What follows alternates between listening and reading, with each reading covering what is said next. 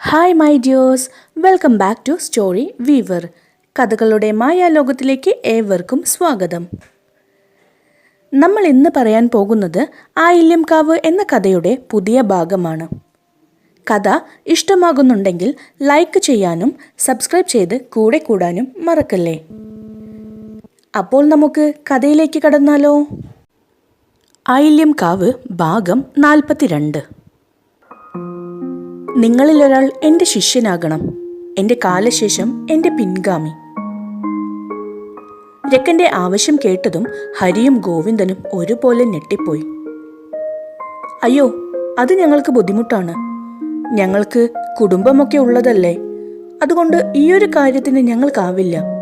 ദയവു ചെയ്ത് മറ്റെന്തെങ്കിലും അങ്ങ് ആവശ്യപ്പെടൂ. ഹരിയാണത് പറഞ്ഞത്. എൻ്റെ ആവശ്യം ഞാൻ പറഞ്ഞു കഴിഞ്ഞു. നിങ്ങളിൽ ആർക്കെങ്കിലും ഒരാൾക്ക് സമ്മതമാണെങ്കിൽ നമുക്ക് മുന്നോട്ടുള്ള കാര്യങ്ങൾ തീരുമാനിക്കാം. അതല്ലെങ്കിൽ ഇപ്പോൾ ഈ നിമിഷം നിങ്ങൾ രണ്ടുപേരും ഇവിടെ നിന്നിറങ്ങണം. കൂടുതൽ സംസാരിക്കാൻ ഇല്ലെന്നോണം രക്കൻ തീർത്തു പറഞ്ഞു. എനിക്ക് സമ്മതമാണ്. അങ്ങയ്ക്ക് ശേഷം ഞാൻ അങ്ങയുടെ പിൻഗാമി ആയിക്കോളാം. കുറച്ചു നേരത്തെ ആലോചനയ്ക്കൊടുവിൽ ഗോവിന്ദൻ പെട്ടെന്ന് പറഞ്ഞു. അളിയൻ ഇതെന്തൊക്കെയാ പറയുന്നത്? അളിയനെന്താ ഭ്രാന്തായോ? ഹരി അവിശ്വസനീയതയോടെ ഗോവിന്ദനെ നോക്കി ചോദിച്ചു. എന്റെ കുടുംബത്തിന് ഇനിയും നാശം വരാതിരിക്കാൻ, ഇപ്പോഴും ജീവിച്ചിരിക്കുന്നവരെ സംരക്ഷിക്കാൻ, എന്റെ അനിയന് ഞാൻ കൊടുത്ത വാക്ക് പാലിക്കാൻ എനിക്ക് മുന്നിൽ ഇതല്ലാതെ മറ്റു വഴികൾ ഒന്നുമില്ല ഹരി. അതുകൊണ്ട് ഞാനത് തീരുമാനിച്ചു കഴിഞ്ഞു. എന്റെ ജീവിതം പകരം നൽകി ഞാൻ അവരെ സംരക്ഷിക്കും. തീർത്തും ഗൗരവമായിരുന്നു ഗോവിന്ദന്റെ മുഖത്തപ്പോൾ. അളിയ, ഒന്നുകൂടി ആലോചിച്ചിട്ട് പോരെ ഇങ്ങനെയൊരു കടുത്ത തീരുമാനം? ഹരി അയാളെ പിന്തിരിപ്പിക്കാൻ ഒരു ശ്രമം കൂടി നടത്തി നോക്കി. വേണ്ട ഹരി, ഒരുപാട് ആലോചിച്ചാൽ ഒരുപക്ഷെ എനിക്ക് തീരുമാനം മാറ്റേണ്ടി വരും. അതുകൊണ്ട് ഞാൻ കൂടുതലൊന്നും ചിന്തിക്കുന്നില്ല. ചിലപ്പോൾ ഇതായിരിക്കും എന്റെ വിധി. എന്തിനും തയ്യാറായെന്നോണം ഗോവിന്ദൻ പറഞ്ഞു. അളിയ, എന്നാലും എനിക്കെന്തോ.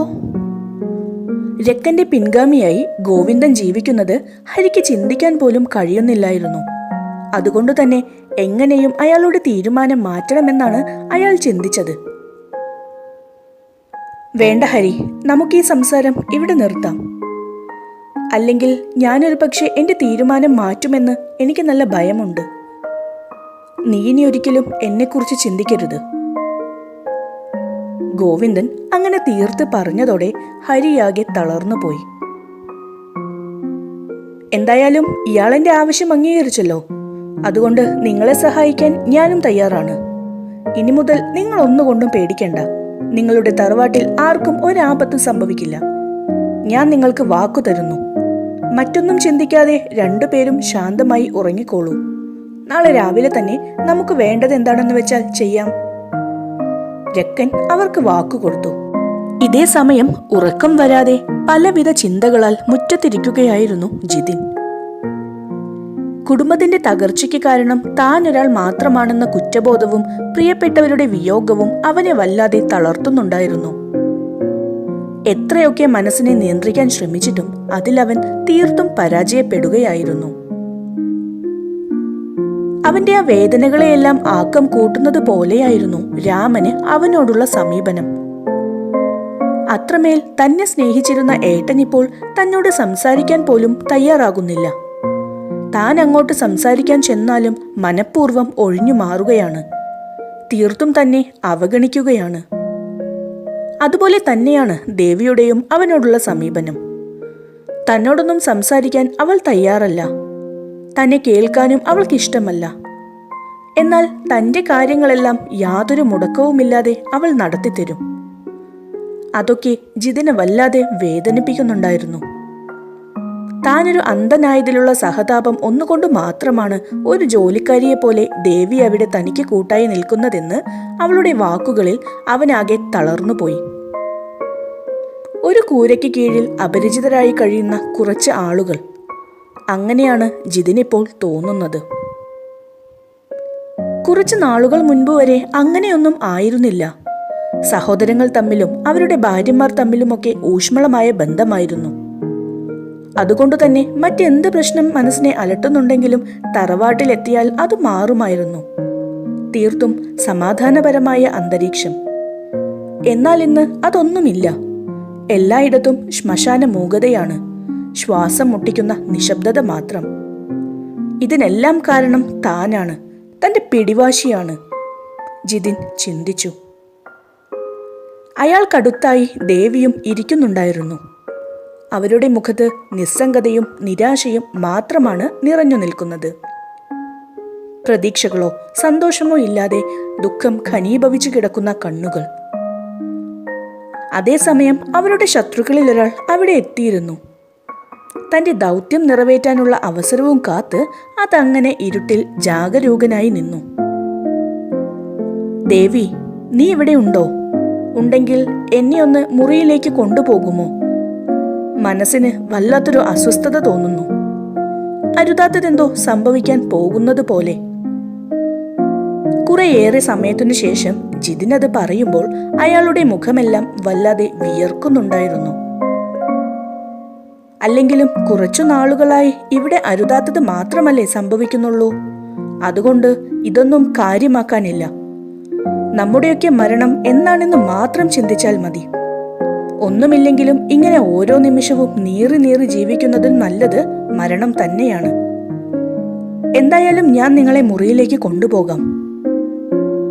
ഉള്ളിലെ ആഗ്രഹമോ നിരാശയോ ഒക്കെയാണ് വാക്കുകളായി ദേവിയിൽ നിന്ന് പുറത്തേക്ക് പ്രവഹിക്കുന്നതെന്ന് ജിതിന് അറിയാമായിരുന്നു. അതുമാത്രമല്ല, അവൾ പറയുന്നതും കാര്യമാണല്ലോ. അതുകൊണ്ട് തന്നെ അയാൾ മറുത്തൊന്നും പറഞ്ഞില്ല. ദേവിയുടെ കൈ പിടിച്ച് അയാൾ വീടിനകത്തേക്ക് പോകാനായി പടികൾ കയറാൻ തുടങ്ങിയതും അയാളുടെ കാലിൽ പെട്ടെന്നെന്തോ കടിച്ചതുപോലെ വല്ലാത്തൊരു വേദന തോന്നിയതും ഒരുമിച്ചായിരുന്നു.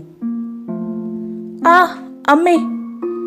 ജിതിനിൽ നിന്നും ഒരാർത്തനാദമുയർന്നു. വേദനയോടെ അയാൾ അവിടെ തന്നെ ഇരുന്നു പോയി. എന്തുപറ്റി? നിങ്ങളെന്താ ഒച്ചയെടുക്കുന്നത്? എനിക്കറിയില്ല ദേവി, എന്റെ കാലിൽ എന്തോ കടിച്ചതുപോലെ വല്ലാത്തൊരു വേദന തോന്നുന്നു.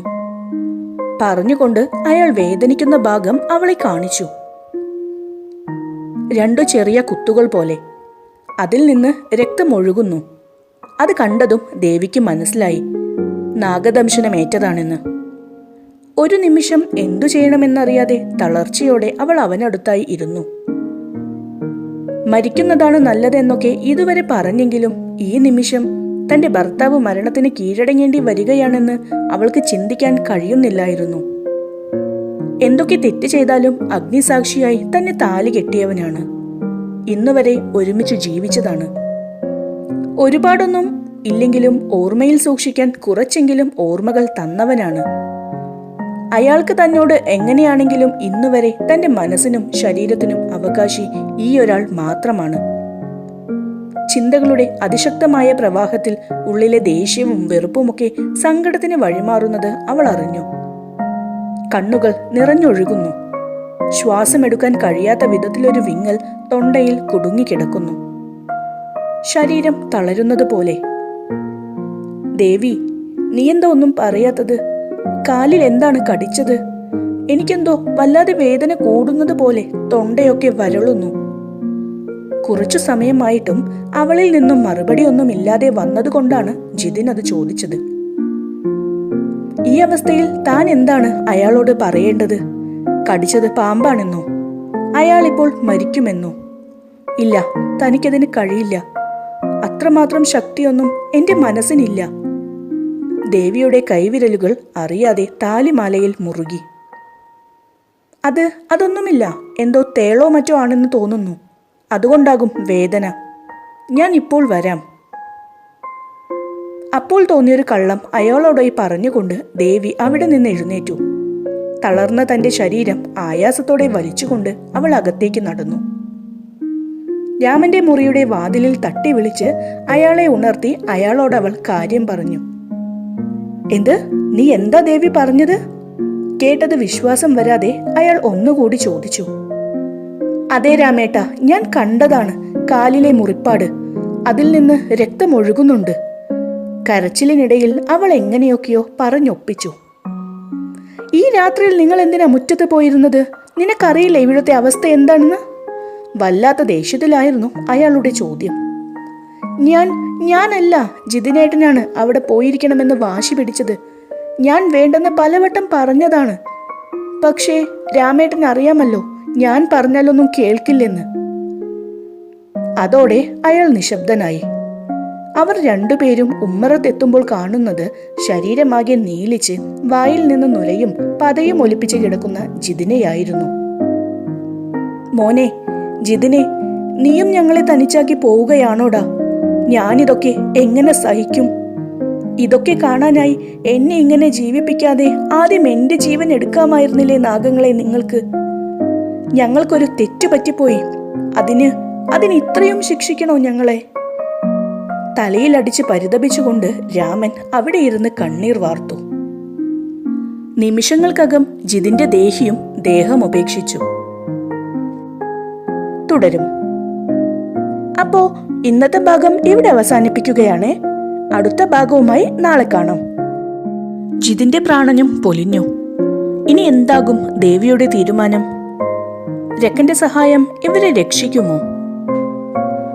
അറിയാനായി കാത്തിരിക്കില്ലേ? ഓരോ ഭാഗങ്ങളുടെയും ഡിസ്ക്രിപ്ഷൻ ബോക്സിൽ മുൻ ഭാഗങ്ങളിലേക്കുള്ള ലിങ്ക് ഉണ്ട്. കാണാത്തവർ കണ്ടോളൂ ട്ടോ. അപ്പോൾ ഏവർക്കും ശുഭരാത്രി, സുഖനിദ്ര.